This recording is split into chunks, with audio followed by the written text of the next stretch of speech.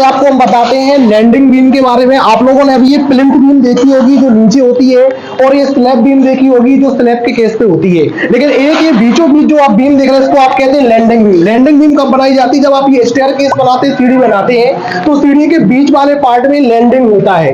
तो लैंडिंग को होल्ड करने के लिए आपको अपने स्ट्रक्चर में लैंडिंग बीम देना चाहिए। अब जब भी आप स्टेयरकेस बना रहे हैं तो एक कॉर्नर पे आप यहाँ पे कॉलम दें, दूसरा आप कॉर्नर पे यहाँ पे आपको कॉलम देना चाहिए, और कॉलम टू कॉलम आपको ये लैंडिंग बीम कनेक्ट कर देना चाहिए, ताकि पूरे स्टेयरकेस का लोड जो सीढ़ी होती है उसका पूरा का पूरा लोड आपकी लैंडिंग बीम में आ सके, और लैंडिंग बीम से वो ट्रांसफर होगी कॉलम में, कॉलम से फुटिंग में चला जाए। यदि आप लैंडिंग बीम प्रोवाइड नहीं करते फ्रेंड, तो आपको याद रखना आप डायरेक्ट अपनी स्टेयरकेस को बॉल पे मतलब लाल ब्रिक के ऊपर आप रख देंगे, जिससे क्या होगा, लोड आने के कारण वो रेड ब्रिक बॉल आपकी टूट जाएगी, बिखर जाएगी। तो आपको अपने स्टेयरकेस को होल्ड करने के लिए हमेशा याद रखना है कि दोनों तरफ आपको कॉलम देना है और कॉलम के बीच में लैंडिंग बीम प्रोवाइड करना है, ताकि पूरे स्टेयरकेस का लोड इस लैंडिंग बीम में आ जाए और ट्रांसफर हो जाए। लैंडिंग बीम कम से कम आपको 12 इंच गहरी देना है, जिसमें आप कम से कम 6 सरिये आप जरूर डालेंगे, 6 बार्स का आप यूज करेंगे। आपको याद रखना है पहले जो आप बीम डालते हैं वो बीम आपको यहाँ पे डालना होता है, जो आपका स्टेप होता है। मतलब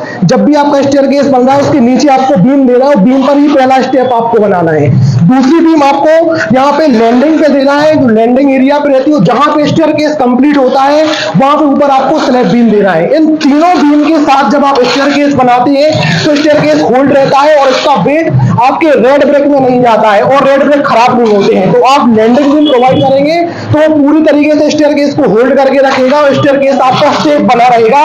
नहीं तो आपका रेड ब्रिक गिर सकता है, जिससे आपके स्ट्रक्चर में प्रॉब्लम हो सकती है। तो फ्रेंड्स, इस तरीके से हमारी वीडियो को देखते रहिए और हमसे नॉलेज को गेन करते रहिए।